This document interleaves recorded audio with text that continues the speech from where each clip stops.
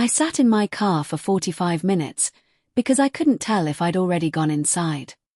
There was a night, I remember it clearly, where I was sitting in my car outside a grocery store for 45 minutes. Not because I forgot something. Not because I was on a call. I just couldn't tell if I had already gone in. I sat there replaying the last 20 minutes in my head, trying to find the memory of walking through those automatic doors, picking up a basket, grabbing what I needed. I could see it. I could feel the cold of the refrigerator aisle. I could almost hear the background music. But I also couldn't move from my seat. And the grocery bag wasn't in the back. So which one was real? I laughed it off that night. Stress, I told myself. You're just tired. Everyone forgets things. I drove home, made dinner, and went to bed. But it happened again. And again. Then it started bleeding into bigger things. Conversations I was certain I'd had, that apparently never happened. Decisions I was sure I'd made, that no one else remembered. Moments I could have sworn were real that people close to me looked at me blankly about, like I was describing a dream. And I started asking myself a question that I couldn't shake. What happens when you genuinely can't tell what's real anymore? Not in a poetic, philosophical way. I mean literally, what happens to a person, to a mind, to a life, when the line between what happened and what you imagined starts to dissolve? Because here's what nobody tells you about that experience. It's not dramatic. It doesn't feel like a movie. There's no moment where the world glitches or the sky cracks open. It's quiet. It's slow. It's you, sitting in a parking lot, completely alone, trying to cross-reference your own memories like a detective, and realizing you might not be a reliable witness to your own life. I've spent a long time trying to understand what was happening to me. And what I found, in research, in conversations with people who study the brain, in stories from others who've been through it, is that this isn't as rare as we think. And it's not always what we assume it is. What happens when you can't tell what's real anymore isn't just a personal crisis. It's a window into how fragile the thing we call reality actually is, and how much of it we are quietly, constantly, constructing ourselves. That's what this is about. Slit. Even. You're just stressed. You're overthinking. That didn't happen, you imagined it. But the research tells a completely different story. It turns out the brain doesn't record reality like a camera. It reconstructs it, every single time you access a memory. Every time you remember something, you are literally rebuilding it from fragments, filling in gaps with what makes sense, what you expected, what you felt. Which means every memory you have has been edited. Possibly many times over.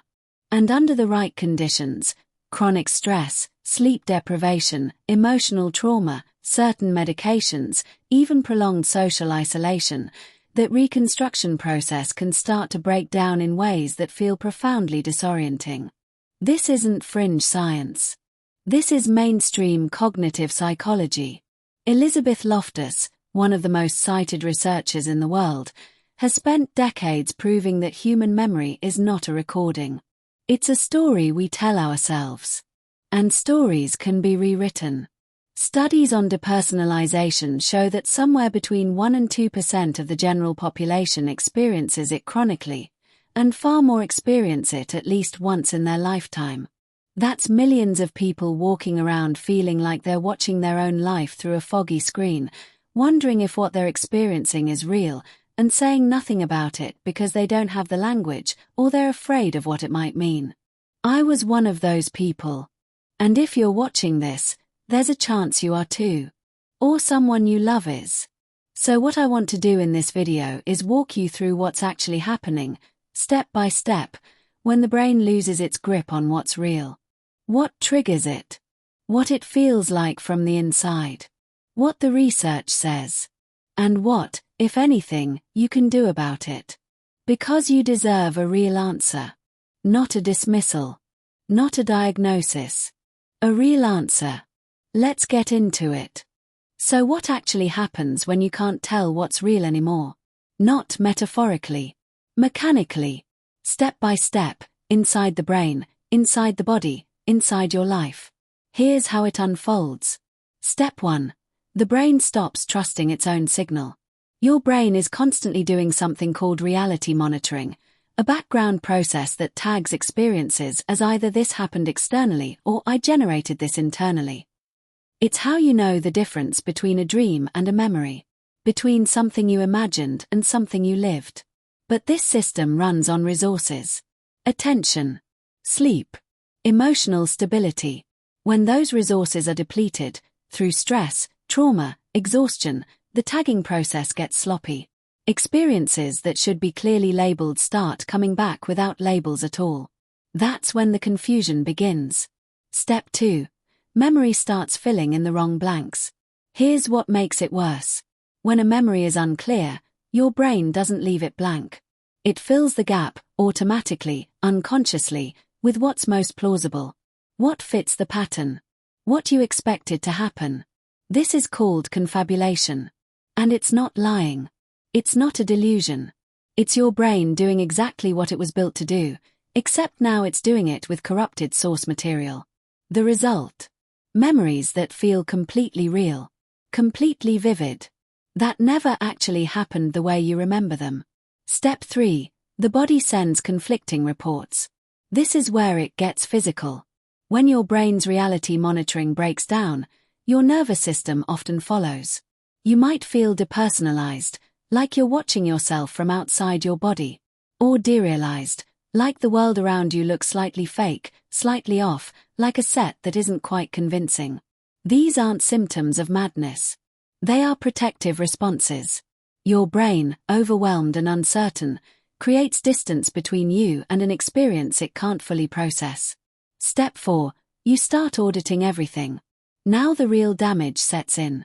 Because once you can't trust your own perception, you start cross-referencing everything. You second-guess conversations. You screenshot things in case you imagined them. You ask people, did this happen? More than feels normal, and you watch their faces carefully for signs that you're wrong again. This is exhausting. And it quietly erodes your confidence in your own mind. Step 5. Isolation accelerates everything. And here's the brutal irony. The natural response to feeling like you can't trust your perception is to withdraw, to go quiet, to stop sharing what you're experiencing because it sounds strange, even to you. But isolation is exactly the condition that makes the brain's reality monitoring worse. You pull away to protect yourself. And in doing so, you cut off the very thing that helps ground you back in reality: other people. But here's where I'm going to push back on something. Because the most common response to everything I just described is this: you need to fix it. You need to get back to reality. You need to stabilize. And I understand why we think that way. But what if the experience of not being able to tell what's real, as disorienting as it is also trying to tell you something? What if it's not just a malfunction? Because every person I've spoken to who has been through this describes the same thing on the other side of it. Not just relief. Not just stability. But a fundamentally different relationship with certainty. A humility about what they know. A softness toward other people who see the world differently. When your reality breaks down, you stop being so sure that your version of events is the only valid one. That's not nothing. The goal isn't to pretend this experience isn't painful or serious. It absolutely can be. But dismissing it as purely a problem to be fixed means you might miss what it's quietly trying to show you. Here's the one thing that actually helped me more than anything else. I called it reality anchoring, and it's almost embarrassingly simple. Every morning. 3 physical sensations. Deliberately noticed. Named out loud. The temperature of the water when you wash your hands. The weight of your feet on the floor. The sound of your own breathing. Not meditation. Not journaling. Just, this is real. This I can verify.